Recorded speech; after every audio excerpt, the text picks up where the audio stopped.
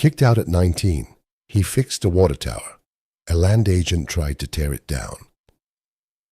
Anyway, Levi Cole turned 19 on a Tuesday in March, and his stepfather waited exactly 11 days after that before telling him, over a dinner nobody else at the table seemed surprised by, that he was a grown man now, and it was time he found his own place.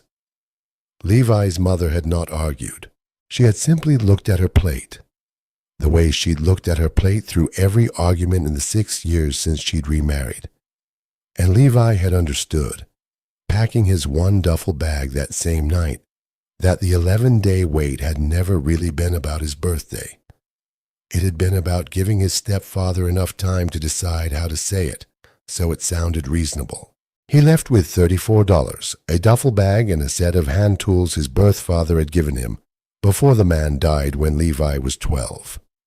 A small collection of wrenches and a pipe cutter that Levi had kept clean and oiled through 6 years of a house where nothing else of his father's had survived his mother's remarriage. He had not expected leaving to feel as much like relief as it did. That had troubled him more than the eviction itself in the first few days of walking with no particular destination in mind. The specific guilt of realizing that 6 years of trying to make himself small enough not to be a burden had left him with almost nothing worth grieving when the house that never wanted him finally said so plainly. He had kept walking anyway because a road, unlike a house, had never once told him he didn't belong on it. He had been walking for the better part of 2 weeks by the time he reached Sable Creek, a town tucked into a fold of hill country, where the old part of town climbed a steep grade above the newer, flatter streets near the highway. And it was on the hill above the old quarter that he saw it. A riveted steel water tower, perhaps 80 feet tall, standing on 4 braced steel legs above a weathered access ladder, its tank silvered with age and streaked with rust down one side where a seam had wept for years. A faded sign at its base read, Sable Creek Municipal Water, Tower No. 1, decommissioned 1994, and beneath it, newer and glossier, a real estate placard reading, Future Site of Ridgeview Estates, Meridian Land Partners. Levi stood at the base of it a long while before he climbed. He had grown up around plumbing and pressure systems, the way some children grow up around a family business, his father having run a small plumbing outfit before the heart attack that took him, and Levi had spent every Saturday of his childhood riding along on service calls, learning the particular logic of water moving through pipe under pressure. A lesson that had never once left him even after everything else about that life had been packed away in boxes his mother eventually gave to charity. He climbed the tower's access ladder slowly, testing each rung until he reached the small platform at its base where a hatch led into the tank's understructure, a narrow chamber housing the tower's original pump controls and float valve mechanism, dry and mostly intact, dust thick over everything the way it settles over machinery nobody has touched in years, but nobody has bothered to remove either. He did not have a plan yet beyond understanding what he was looking at. He had learned, in 2 weeks on the road, that this was usually plan enough to start with. The town itself sat below the hill in 2 distinct halves. Levi noticed on his walk in the next morning. The old quarter climbing the same grade the tower stood above. Older homes with narrow streets and a newer, flatter section down near the highway where most of the town's actual commerce had relocated over the past few decades. He found day work quickly enough at a hardware store in the newer section, and it was there, on his second morning in town, that he learned what everyone in Sable Creek already seemed to know about the tower on the hill. That tower's been sold for scrap and land value both, said the man behind the counter, a broad-shouldered fellow with a name patch reading Warren. County's finalizing the sale to Meridian Land Partners this quarter. Whole hillside's zoned for a new subdivision once the tower comes down. Anyone still own the water rights, or is it just the land? Levi asked. Warren studied him a moment. Both, far as I know. Why? No reason. Levi said, which was, as it always seemed to be for a drifter answering that question, a lie. Warren Betts turned out to be more than the hardware store's owner. He had spent 30 years, before his retirement from that, as Sable Creek's volunteer fire chief, and it was 2 more days before Levi learned, from a comment Warren made in passing, exactly how much history stood behind the tower he'd climbed on his first evening in town. That tower went up in 1952, Warren said on Levi's 4th visit to the store, the year after the Sable Creek fire took out 6 buildings on the old quarters main street. Township's municipal line back then didn't have the pressure to reach that high ground, and the volunteer company lost the whole block waiting on tanker trucks that couldn't get there fast enough. Homer Atwell, the town's water engineer at the time, built that tower specifically so gravity would do what the pipes couldn't. 80 feet of elevation feeding every hydrant on that hill, with pressure the flat municipal line still can't match to this day, even with the new treatment plant. He was quiet a moment, looking past Levi toward the window as though the fire itself were still visible somewhere out there. "I was 14 that year, not 16 like I usually tell it," he admitted. "Old enough to carry a bucket, too young to understand why the grown men around me kept cursing at a hose that had water in it somewhere but couldn't get it up the hill fast enough to matter. I've never forgotten the sound a building makes giving in on itself when nobody could get water to it in time. I'd rather not hear it again in my lifetime, on account of a subdivision rendering." "And the county's tearing it down for a subdivision," Levi said. "County figures the new plant's booster pumps handle the pressure now," Warren said. "Whether they actually do on that particular hill in a real emergency is a question nobody's tested in 30 years, because nobody's had to."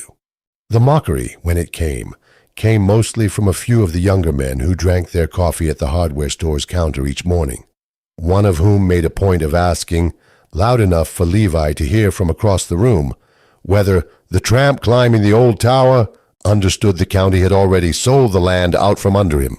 Levi said nothing to that, because he had learned in 2 weeks of exactly this kind of comment in exactly this kind of town, that defending yourself to men who had already decided what you were rarely changed anything except your own dignity. A woman at the diner 2 doors down was kinder in tone but no more encouraging in substance, telling him, the first morning he came in for coffee, that a boy his age ought to be thinking about steady work rather than climbing a condemned water tower for reasons nobody in town could quite explain to their own satisfaction. Levi didn't correct her either. He had found, over 2 weeks on the road, that people rarely wanted the actual answer to why a stranger did what he did. They mostly wanted permission to stop wondering about it, and silence usually granted that faster than any explanation could. Levi spent his first full week at the tower doing the only thing he knew how to do with the little he had. He looked at what was broken and started fixing it. The float valve controlling the tower's fill mechanism had seized decades ago, a brass and copper assembly gone stiff with corrosion, and Levi worked it loose the same patient way his father had once shown him to free any seized fitting. A little penetrating oil, a little time, never forced where patience would do the job just as well. The overflow pipe near the tank's base had a hairline crack that had widened over the years into something that would have wasted half the tank's capacity the moment it held water again, and Levi spent 2 full days packing it properly with a steel band clamp and marine epoxy he bought with his first week's hardware store wages. The access ladder's lower rungs, exposed to weather for 30 years since the last real maintenance, needed reinforcing before Levi trusted his full weight to them daily, and he bolted steel, strapping through the original iron rather than replacing the rungs outright, the same principle his father had always followed with old pipe. Save what still had good bones in it rather than tearing out what only needed reinforcing. The tank itself worried him more than anything else once the smaller repairs were done. Riveted steel plates, dozens of them, formed the tower's cylindrical body, and if enough rivets had loosened or enough seams had corroded through, the tank would never safely hold its full capacity no matter what else Levi fixed. He spent the better part of 4 days working his way around the tank's interior on a rigged safety line, tapping each seam by hand and listening for the dull, hollow sound of a failing joint instead of the solid ring of sound metal, marking questionable sections with chalk as he went. Out of the tank's full circumference, he found only one seam near the base that needed proper reworking, and he packed it with a marine-grade sealant compound he bought with 2 more weeks of hardware store wages, layering it the way his father had once taught him to seal a stubborn pipe joint, patiently in thin coats, rather than all at once in a way that would only crack under the first real pressure test. The tower's original pump relay, meant to signal the municipal system when the tank needed refilling, took him another several days to trace and repair, an assembly of relays and float switches that had corroded into uselessness decades earlier. He rebuilt the switch contacts from a small kit of spares he found, still sealed, in the same supply locker where he'd eventually find Homer Atwell's logbook, and wired the whole assembly back into a working state more out of thoroughness than any real expectation the modern system would ever call on it again. It was in that same narrow supply locker, built into the tower's understructure, behind a stack of spare gaskets long past usefulness, that Levi found the logbook, its cover reading H. Atwell, Town Water Engineer, Sable Creek, 1951-1978. He read it that same evening by lantern light, and understood, before he'd finished the first third of it, exactly why Warren Betts had never once trusted the flat municipal line to protect the old quarter the way the tower once had. Homer Atwell had built the tower in the year following the fire, and he wrote about it the way a man writes about the one thing in his career he was proudest to have gotten right: the elevation calculations, the pressure tests, the specific hydrants on the hill that the tower's gravity feed could serve even if every pump in town lost power at once. And near the middle of the logbook, in an entry dated a full decade after construction, Levi found the passage that made him sit back against the tower's inner wall and read it twice. Township engineer from the state office came through today reviewing our fire protection plan and asked why we still maintained a gravity tower when pumped systems were becoming standard elsewhere. Told him plainly that a pumped system depends on power staying on and equipment staying maintained, and a gravity tower depends on nothing but the water already being up there. He said that was an old man's thinking. I told him an old man's thinking was what saved 6 more buildings the winter after this tower went up, when the power failed during a January freeze and every pumped hydrant in the flat part of town went dry while ours ran fine. There was a later entry, dated near Atwell's retirement, that Levi read a second time before setting the logbook aside. I've asked the council twice now to keep this tower in the capital maintenance budget regardless of what the new treatment plant's booster pumps promise to deliver. Redundancy isn't waste. Redundancy is the thing you're glad you paid for exactly once in your life, and sorry you didn't pay for every year you didn't need it. I hope whoever reads this after me remembers that before deciding the hill doesn't need its own water anymore. Levi closed the logbook and sat with it a long while, understanding that he was holding, in his own 2 hands, precisely the argument that a land agent representing a subdivision developer had every reason in the world not to want anybody reading. Word of the restored tower spread through Sable Creek faster than Levi expected once he began test filling the tank from the hardware store's spare hose connection, a small crowd gathering at the base of the hill most afternoons to watch water climb the old gauge for the first time in 3 decades. Children from the old quarter rode their bicycles up the grade to see it, and even the 2 men who'd once called him a tramp at the counter came by eventually, saying little, but staying long enough to watch the gauge needle rise, the way people gather to watch anything that used to work come back to life in front of them. The land agent's truck came up the hill road on a gray Thursday afternoon, 3 weeks after Levi had arrived, lettered Meridian Land Partners along its door, and the man who stepped out of it wore a suit jacket that had clearly never once climbed a tower ladder. though something in the careful way he studied the structure told Levi he'd done his homework on it regardless. "Name's Roland Pike," the man said. "I represent Meridian's acquisition of this parcel from the county." "I understand you've taken up residence at the tower." "I've fixed the float valve and sealed the overflow crack," Levi said. "It's holding pressure again for the first time in 30 years. Something behind Pike's polished expression flickered just briefly. "That's an interesting hobby," he said, "but irrelevant to the sale. The county's approved demolition contingent on Meridian's purchase closing next month. I'll need you clear of the structure well before then." "Homer Atwell built this tower because the flat municipal line couldn't get pressure up this hill fast enough to save 6 buildings in a fire," Levi said. His own logbook says the new treatment plant's booster pumps have never actually been tested against a real emergency on this exact grade. "Tearing this down isn't removing scrap, Mr. Pike. It's removing the only backup this hill has ever had." Pike's smile didn't change, but his eyes did.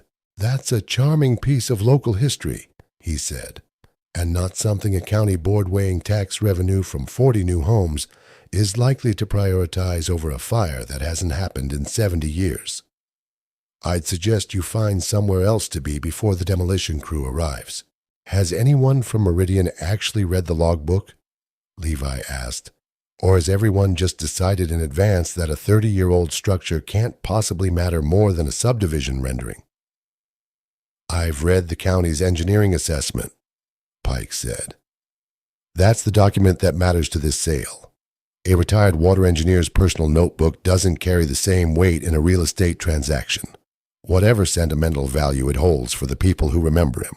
It might carry weight with a fire marshal," Levi said, "or an insurance underwriter, once they understand the flat line's booster pumps have never been tested against a real emergency on this exact grade."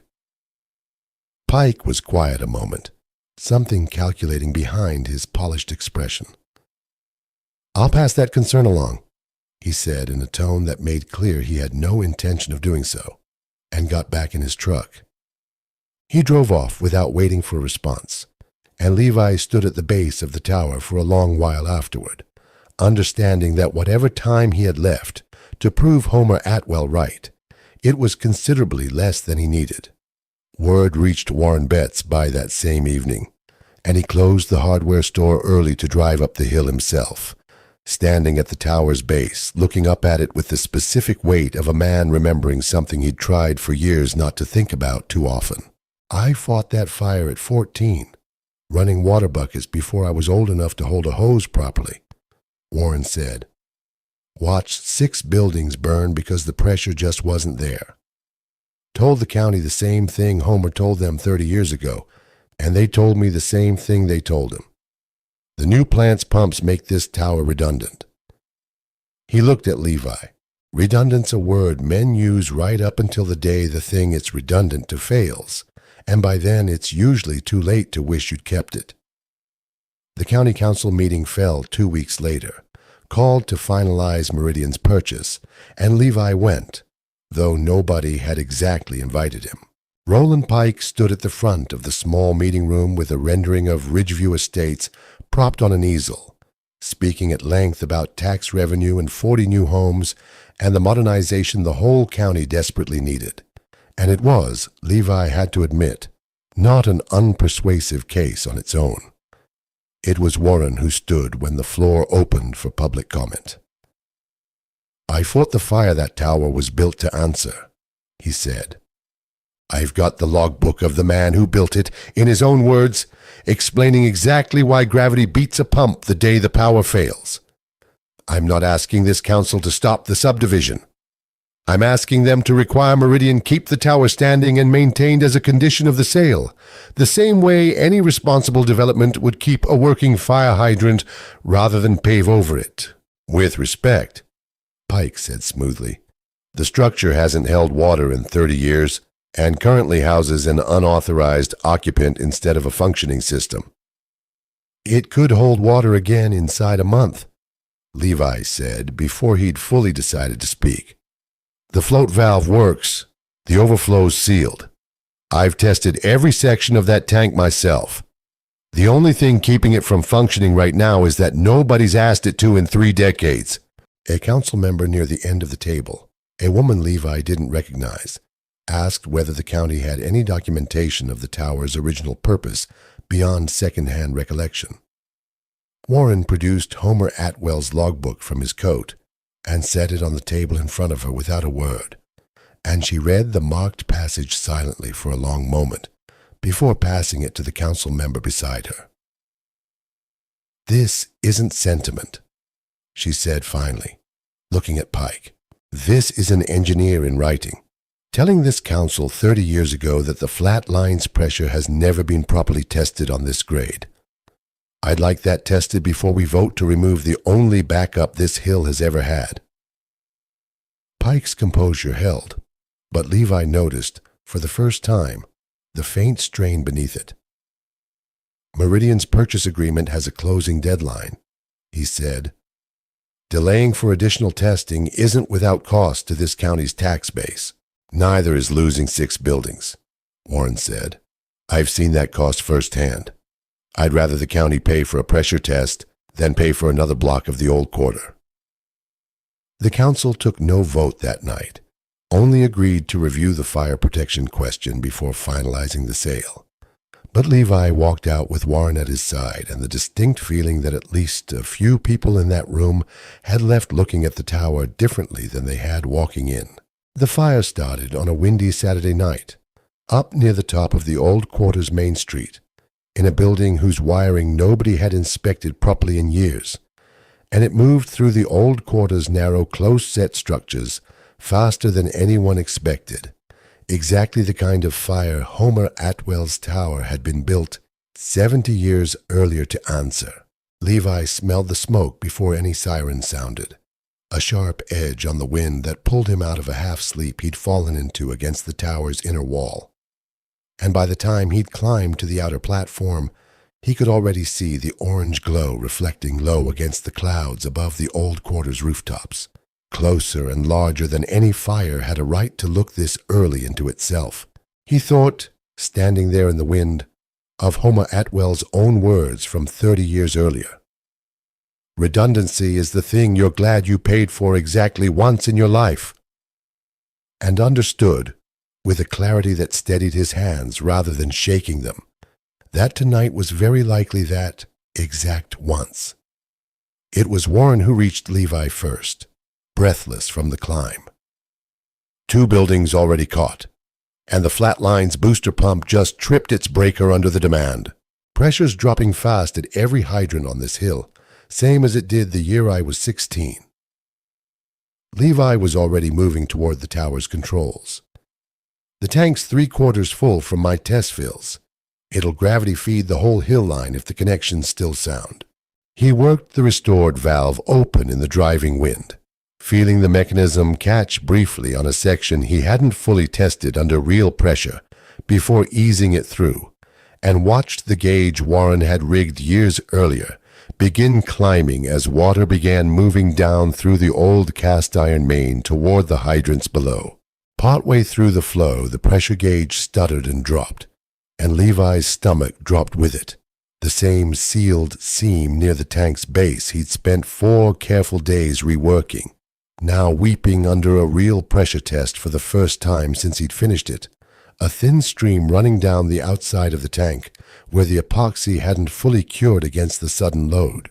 He climbed the exterior ladder against the wind with a strap of quick-set compound and a rag, working by feel more than sight in the dark, packing the weeping seam tight while the gauge below continued to climb rather than fall, until the leak slowed to a trickle and then stopped entirely, the tank holding its pressure through the rest of the fire without further complaint. "Pressure's holding at the hydrants," Warren called up, relaying word from a runner who'd come from the fire line itself. "Crews say it's the best flow they've had on this hill in 30 years. By the time the fire crews had the blaze contained to the 2 buildings where it started, the water pressure at every hydrant on the hill had held steady the entire time. without a single working pump anywhere in the system needed to make it happen.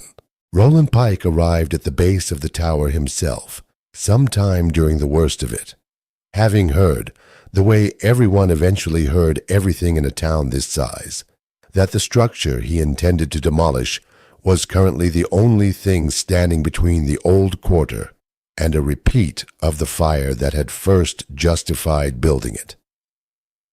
"That tank's been dry 30 years, Pike said, staring up at it, rain and ash streaking his coat. "How is it it's not dry?" Levi said, climbing down from the ladder, hands still raw from packing the seam. "Hasn't been for 3 weeks. I tested it exactly the way Homer Atwell's own maintenance notes described testing it, because I had a feeling somebody was eventually going to need proof instead of an argument." Warren, standing beside the exhausted volunteer crew nearby, said what half of Sable Creek was already thinking. "That's twice now this tower's answered a fire the flat line couldn't reach fast enough on its own. I'd call that considerably more than redundant." The county withdrew its approval of the demolition permit within the week, and Meridian Land Partners revised its purchase agreement to preserve the tower and its surrounding easement as a condition of the subdivision moving forward, a compromise Roland Pike delivered with noticeably less polish than his first visit to the hill. "For what it's worth," he told Levi the day the papers were finalized, "I didn't know about the fire history when I first came up here. I was told it was an obsolete structure sitting on valuable land, and I had no particular reason to check further than that." "Homer Atwell wrote down the reason twice, 30 years apart," Levi said. "Nobody had to look very hard. They just had to be willing to." Pike was quiet a moment, looking up at the tower one last time before he turned back toward his truck. "I've closed 40 of these deals," he said. "This is the first one where the thing I was sent to clear away turned out to matter more than what we meant to build in its place." He didn't offer an apology exactly, but it was, Levi understood, as close as a man in Pike's position was likely to come to admitting he'd been wrong about something that had never once been his to decide alone. Levi stayed on as the tower's caretaker, a position the county created specifically once it understood the structure would remain part of Sable Creek's fire protection plan going forward, and he kept Homer Atwell's logbook on the same shelf where he'd found it, alongside a second logbook of his own. On its first page, he wrote the only sentence that felt honest enough to begin with. "This tower was called obsolete by people who never had to climb it to find out. I intend to keep proving them wrong for as long as the hill needs it." Ridgeview Estates broke ground the following spring. 39 homes instead of the original 40, the 40th lot given over entirely to the tower's easement, and Meridian's sales brochure, somewhat to Levi's private amusement, ended up featuring the restored water tower prominently in its marketing renderings, described as a piece of living history overlooking every home site, a phrase Warren liked to repeat, dryly, whenever he wanted to remind Levi how quickly an obstacle could be, repackaged as a selling point once it had already proven itself useful. Warren Betts stopped by most weeks that first year, not to check on the tower exactly, but simply to sit at its base and watch the pressure gauge hold steady, the particular quiet satisfaction of a man who had spent 30 years being told his caution was unnecessary and had finally been allowed to stop arguing about it. Levi's mother wrote to him twice that year, care of the hardware store's address, which Warren had passed along after the fire made the regional news. The first letter was short, careful, mostly questions about whether he was eating properly and whether the tower work was dangerous, questions Levi understood were the only way she knew how to ask whether she'd made a mistake without actually saying so. The second letter, 3 months later, said more plainly what the first hadn't, that his stepfather had moved out that spring, that she was sorry, in a way she hadn't managed to be sorry the night Levi packed his bag, and that she hoped whatever he'd found in Sable Creek was worth what it had cost him to go looking for it. Levi answered the second letter, though not the way she'd probably hoped he would. Not to ask forgiveness, but simply to tell her, plainly, that he had found a hill in a town he'd never heard of before, that needed exactly the kind of person nobody had ever told him he was worth being. He did not visit. He understood by then that some doors closed for a reason worth respecting, even when other better ones had finally opened somewhere else, and that forgiveness, if it ever came, didn't need to arrive on any one schedule but his own. Homer Atwell's tower still stands over Sable Creek's old quarter, its gauge holding steady through every storm and every dry summer since, and the school children who once rode their bicycles up the grade just to watch a stranger fix an old tank now grow up knowing its history the way Warren once did, whether the county's engineers ever bothered to test it again or not.